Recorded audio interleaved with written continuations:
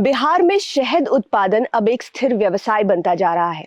शहद के उत्पादन के लिए बिहार का मौसम हर समय अनुकूल ही रहता है।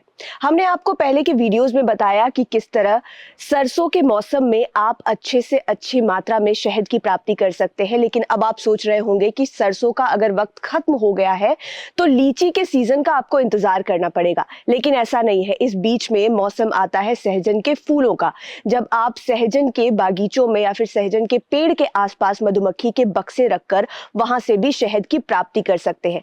अब सहजन से क्या फायदे हैं और जब सहजन के पुष्प रस से हनी तैयार होता है तो उसकी जो विटामिन और मिनरल का कंटेंट है वो कितना बढ़ जाता है और वो शरीर के लिए कितना लाभदायक होता है, इस विषय में विस्तार से बता रहे हैं associate professor doctor Nagendra Kumar.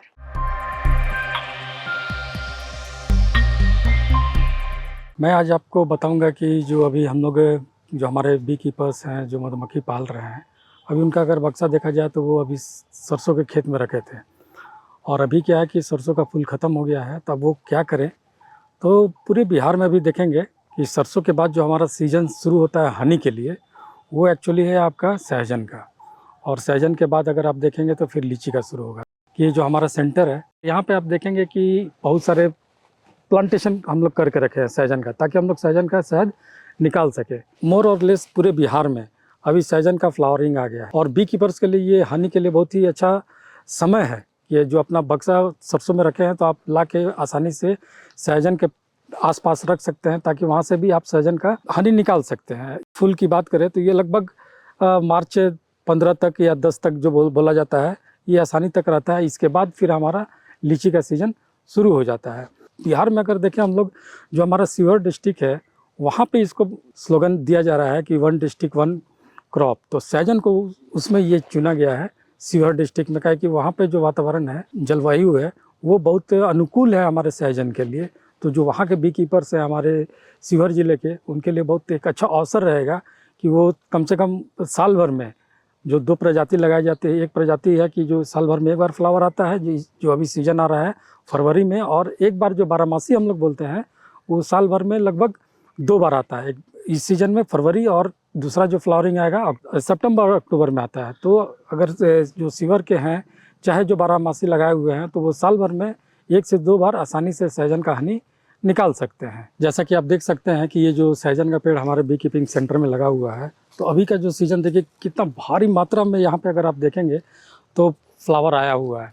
और इसमें अगर क्लोज से अगर आप देखेंगे तो यहाँ पे मतलब विभिन्न प्रकार के जो मधुमक्खी हैं, तो इसमें होगा क्या कि पॉलिनेशन का भी काम करती है। तो किसान भाइयों, हनी के अलावा या पॉलन के अलावा इसमें क्या होगा, आपका उत्पादन भी बढ़ेगा। इसमें माना जाता है कि अगर बी पॉलिनेशन हो रहा है तो इसमें लगभग 20 से 30% तक जो आपका क्षमता है प्रोडक्शन का, ड्रमस्टिक का, वो आसानी से बढ़ जाता है बिना कोई एफर्ट लगाए हुए। ये एक व्यवसाय है बी कीपिंग का कि आप अपने खेत में रख के हनी भी निकाल सकते हैं, पराग भी निकाल सकते हैं, और साथ साथ जो आपका वृद्धि होगा फसल का, ये एक्स्ट्रा उत्पादन देके आपको जाता है। जैसा कि किसान भाई लोग के दिमाग में भी एक बात रहता है कि जब हमारे पास बी बक्से हैं, ठीक है, क्या कि अभी देखेंगे कि बिहार में बहुत ही लोग बी कीपिंग का जो एंटरप्रेन्योरशिप है वो शुरू किया है। जिस तरह से हम लोग सरसों और लीची में रखते हैं कि 1 एकड़ में कितना रखना चाहिए बक्सा, उसी तरह अगर हम सहजन की बात करें तो अगर इसमें आप देखेंगे कि अगर आपका 1 एकड़ का अगर मान लीजिए प्लांटेशन लगा हुआ है, तो वहाँ पे लगभग 4 से 5 बक्सा रख देंगे तो वो काफ़ी पर्याप्त मात्रा है। लेकिन ऐसा कुछ नहीं है कि बहुत ज़्यादा बक्सा रखेंगे तो हम लोग बहुत ज़्यादा हनी मिलेगा, ये थोड़ा एक भ्रम है। फूड लिमिटेड है और उसमें क्या होता है कि जो रिकमेंडेशन है, तो उतना अगर बक्सा अगर आपको मिलता है रखने के लिए, तो ये बहुत ही अच्छा रहेगा प्रोडक्शन के हिसाब से, हनी के लिए, और आपका जो पैदावार है, जो सहजन है, ड्रमस्टिक है, उसके लिए भी। हम लोग क्यों खाएं सहजन हनी, तो इसके बारे में थोड़ा कुछ मैं बताता हूँ।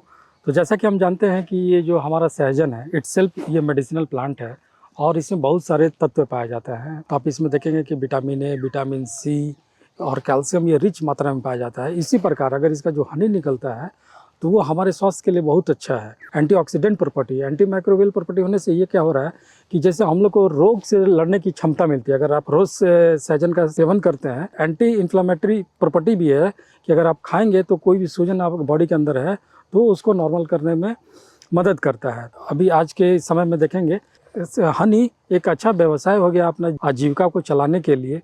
तो जैसे हम लोग और भी हनी निकालते हैं, जैसे मस्टर्ड हो गया, लीची हो गया, जो बिहार के लिए आमतौर पे निकाला जाता है, उसके अलावा आप ये जो सहजन है इसका मधु निकाल के और अपने जीवन को अच्छे तरीके से आप जी सकते हैं। तो किसान भाइयों, आपने जाना कि सरसों के मौसम के बाद और लीची के मौसम से पहले ठीक बीच में आप सहजन के फूलों से भी शहद की प्राप्ति कर सकते हैं।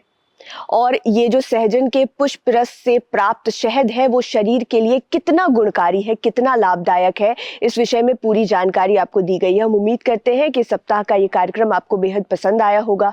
इसी तरह की अन्य जानकारियों के लिए आप हमारे साथ बने रहें। अगर इस वीडियो को आप सोशल मीडिया के माध्यम से देख रहे हैं तो हमारे सभी पेजेस को लाइक करें और वीडियो को अधिक से अधिक शेयर करें। यूट्यूब पर देख रहे हैं तो चैनल को सब्सक्राइब करें। कार्यक्रम से जुड़े हुए कोई सवाल आप हमसे करना चाहते हो या फिर कोई सुझाव देना चाहते हो तो उन्हें बेझिझक कमेंट बॉक्स में लिख सकते हैं। धन्यवाद।